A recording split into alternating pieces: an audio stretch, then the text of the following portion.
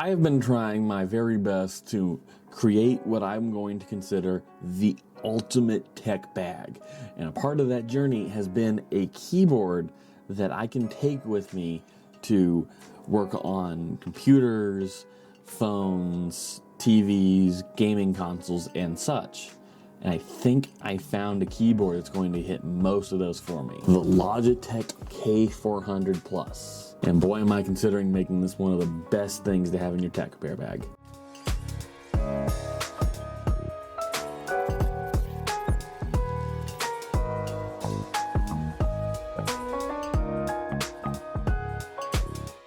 So before I go on, don't forget to like the video if you like the video and subscribe to the channel. Also, link is down below to the merch store. Go get some great merch. So the Logitech K400 Plus is actually marketed as a multimedia keyboard. In other words, this is a great keyboard to have for when you make a computer and connect it to your TV to run as a Plex server, which is basically a glorified movie server, or to run as a streaming device. So you can use Netflix, Disney Plus, Hulu, Amazon Prime, HBO Max, whatever other ones there are, because there's so many now, it's getting confusing because Blizzard hasn't made one yet. And the reason you need something like this is that you want something decently slim and easy to use to get it all set up, fix anything you need to when you're kind of watching a movie, and you don't want it to be too loud, like for the keys, because it kind of irritates those that are around you. And also, and this is a big one to me, you want to make sure that you can hide it for when you don't need it anymore. And this hits all of that to a T. So to start off with, this is basically like a 10 keyless kind of setup going on here.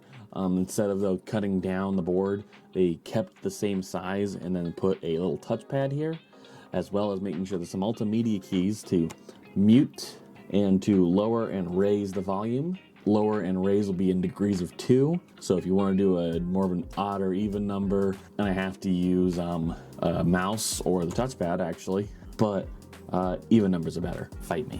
There is also, of course, the left and right button. And for ease of use, another left button right here. For ease of repairability, and this is actually a big thing to me, there are 6 little screws right here. And as far as I can tell, that is the only thing you need to do to repair this, is to get these off. I haven't seen, oh, never mind. There are 2 screws under these little spacers, which is not exactly the most friendly thing for repairability, because these are not generally the easiest things to keep back in once you've taken them off once or twice. So that does explain why I couldn't get into this earlier, and I didn't want to try and force it. So 6 visible screws and 2 hidden screws under these 2 spacers. Gotta keep that in mind. Under here, this little compartment, are your batteries. 2 AA's is what takes charge of this, so very light on terms of power. And this is also where you hide your dongle. Your dongle is going to be inside the box, so don't throw away the box until you get the dongle. I almost did that. Oh, by the way, these screws are Phillips head number 1. You're probably gonna need a longer shaft, thin shaft as well, get into this one, because the hole didn't seem that big, and that's actually where kind of an iFixit kit would be kind of nice, because that is long enough that it probably would get into there. It's longer than the actual keyboard itself. I'd say it probably could get there. But again, number 1, that's all you really need. You would also be nice to have a little space divider thing like this. I don't know what these are actually called. I call them spatulas. Love my iFixit kit. Did a video on that a while ago. I think you guys would like to watch that. It does have a little bit of a bezel right here to kind of give your a little bit of a more of an ergonomic a feel when you're using it. Like I said earlier, the buttons aren't too loud. We're not getting over -25 in terms of decibels, which is pretty good. -20 for the mouse clicks. Multimedia is holding it at -40. It does again have also function keys, which is really nice for when you're trying to set things up, and they are customizable, so you are capable of changing the bindings if you need to. It does have some flex to it because it is a plastic chassis, as you're seeing here, but it's a plastic chassis. I'm expecting there to be flex, but the nice thing is even with that flex, when you press a key, it's not mushing down and kind of losing its rigidity. So it's very good plastic. Oh, before I forget, the power button's on top in case you need to turn it off. And easy to store. I'd say just have like a little side flap kind of thing on the side of whatever you're putting it on. And you can just kind of slide it in there. Honestly, for all of those features and how decent it feels, 20 bucks is pretty good to me. Yeah, I said that. 20 bucks is what this thing costs. It costs 20 bucks for a Logitech K400 Plus. Now there are other things you could use. So for instance here, there is these things called lap boards. This is the Corsair K63 wireless mechanical keyboard and gaming lapboard combo. This is a built-in mechanical keyboard into what is basically a hunk of plastic that they have glued a desk pad to. Rocat is another one that has the same thing. And then there is a Couchmaster one that is $100 cheaper than those other two. However, you're supplying your own keyboard and mouse, and it looks like a mouse pad. So I would say that's not really worth that much.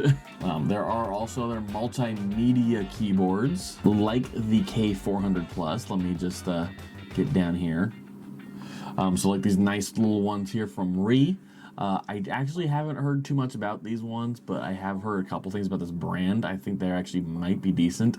I don't know myself, so I can't really talk about it myself. But there are others there are other brands like Artec, Macali. Logitech does have a few more.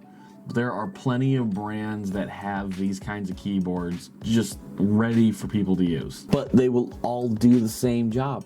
So I honestly think that the one I got, the K400 Plus, is honestly the best for the job for what I'm doing, which is going to be tech repair. I'm going to use this thing to just have a consistent keyboard that I know works to plug into and just do whatever I need to do to fix what's wrong. That, and also it gives me just a knowing factor of that my keyboard's not gonna suck, because let's just face it, not everybody uses the same quality when it comes to keyboards. So a decent one that I can have around with me is a good idea. And honestly, I can't really do a lap board for what I'm trying to do because it's gonna go in my tech backpack.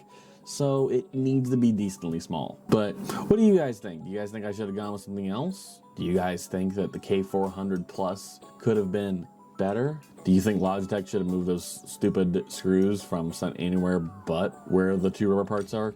I do. Well, everybody, thank you for tuning in. Don't forget to like the video if you liked the video. Subscribe to the channel. Also, link is down below to the merch store. Go get some great merch. If you guys enjoyed this video, why don't you guys go check out the mini Bluetooth keyboard I did a review on actually a couple weeks ago. That one is also going to make an appearance again in my backpack. So you will want to get a good idea of what's all going to be in that backpack when it comes around. See you guys then.